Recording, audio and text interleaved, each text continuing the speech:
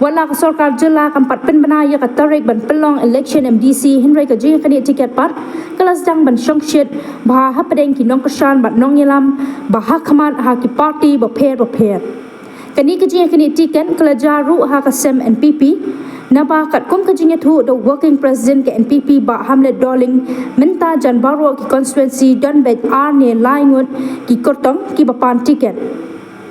uang ru bah Mylliem constituency lelei kidan haduh ngut ki bapan tiket bat dei nakani kadaw kila hab ban shania bet ha election committee ban bishal banyak bah Ini kumpulan mata ke konstitusi nomor baru ki blok joko konstitusi ni akan tik suatang ini ke jongi ke balai priut di konstitusi baru ke langan tak ki nongket kam ki don ki tri kita bat ka don ru ke jengi keren hatu ki konstitusi babun hi ba ke don arlengut ki bakwa milik ke election komisi ke jongi dia kata ngi yang start jongi blok bakin sepha ke district pada district pada ke sepha ke state yang bangin sa ai ke perbal nak liang ke jongi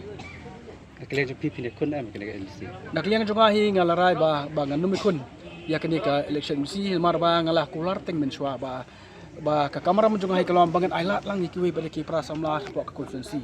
namara po Mylliem ki ba bon ki beri ki banang ke besar ke ba sempang dengan sekwa balik tengah kamlong dengan so bang riban pelilang kelat nam ta ka jongki bakin imi syagni ka benta jong ka politik semua namar ki ba bon hing ni ke buang mene tangna ka parti jongi rengut ki akwa balik ka election MDC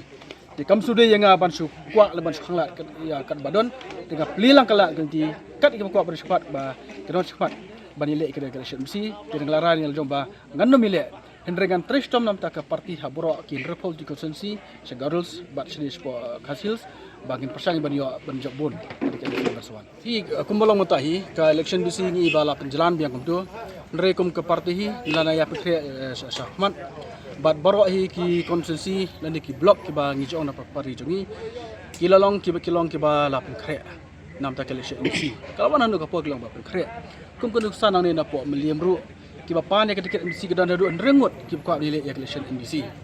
di kalong sisa ke ba na yang jongi ke parti na kining hinrengut yanu ngin ai